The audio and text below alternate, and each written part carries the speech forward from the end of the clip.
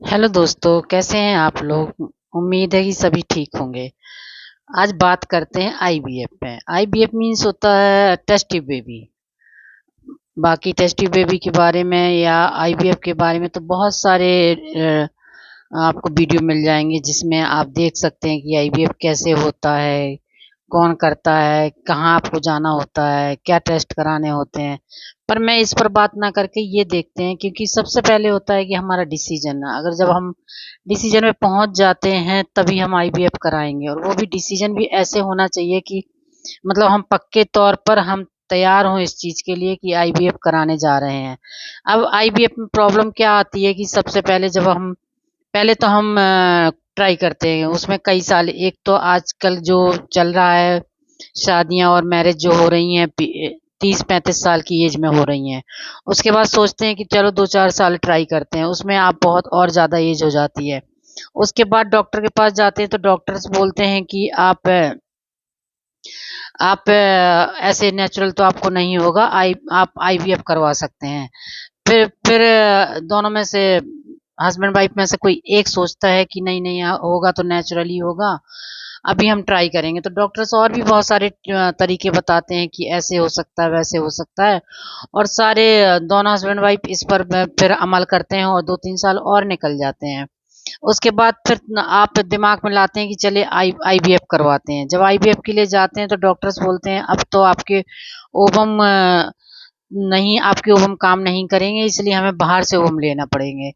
तो फिर दोनों में से एक डिसाइड करता है कि नहीं नहीं, अगर होगा तो हमारा ही बच्चा होना चाहिए और हम बाहर से ओवम नहीं लेंगे।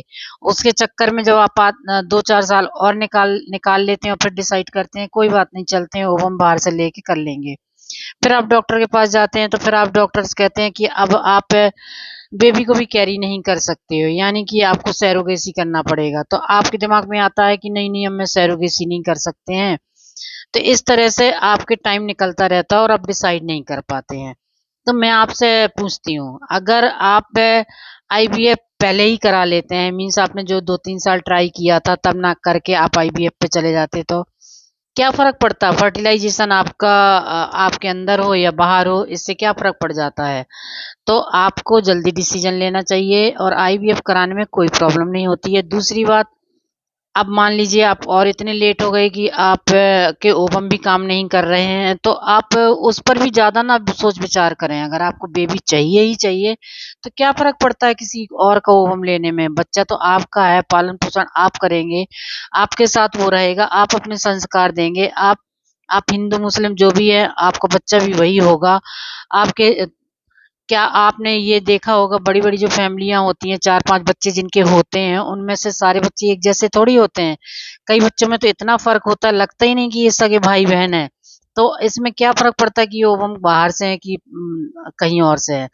इसलिए थोड़ा-सा माइंड को ब्रॉड करिए, और प्रॉब्लम कुछ ख़ास नहीं है। इस प्रॉब्लम को इतना ज़्यादा बड़ा बना लेते हैं किसी फैमिली में, तो ये प्रॉब्लम इतनी बड़ी मानी जाती है कि लोग अपनी ज़िंदगियाँ भी खराब कर लेते हैं या दूसरे लोग उनकी ज़िंदगी खराब कर देते हैं। तो इतनी बड़ी चीज़ नहीं है ये, और अपने माइंड को ब्रॉड माइंडेड बनाएँ, बड़ा सोचें, तो आपको ये प्रॉब्लम बहुत छोटी लगेगी और आप खुशी-खुशी आपके घर में भी बेबी, बच्चे सब कुछ होगा।